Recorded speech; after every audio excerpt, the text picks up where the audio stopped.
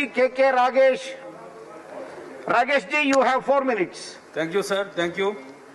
Sir, during the last 6 years, we all are hearing the rhetorical statement of our Prime Minister and the ministers, various ministers, regarding the doubling of farmers' income by 2020. This is that year. So I want to know from the Honorable Minister whether the farmers' income has already been doubled. No, sir, but suicide of farmers have got doubled. And now we know that the government find out a shortcut to prevent suicide. How? Since 2016, the data regarding farmer suicide is not getting published. This is the kind of Modi model of preventing farmer suicide, sir. Sir, why the farmers distress? The government has to consider that. Sir, input prices are rising. Why? Because there is no subsidy provided on input prices. And at the same time, farmers are not getting even remunerative prices. And that is why farmers are committing suicide. And how to address this issue?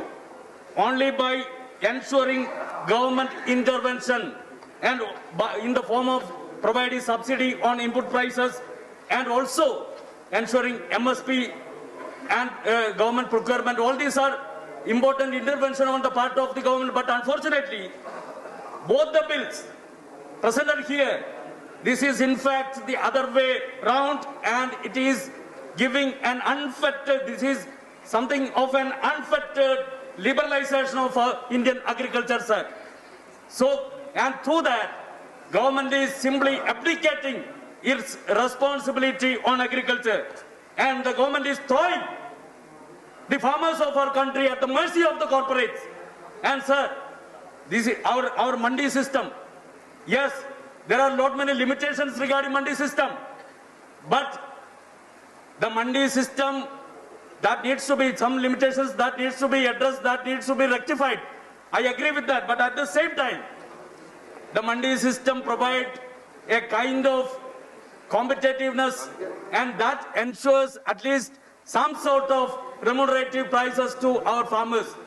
Sir, through this bill, the government is simply slow poisoning the mandi system, and that will ultimately lead to the killing of the mandi system of our country, which is being formed through various state acts, and it is an encroachment on the powers of the state, sir.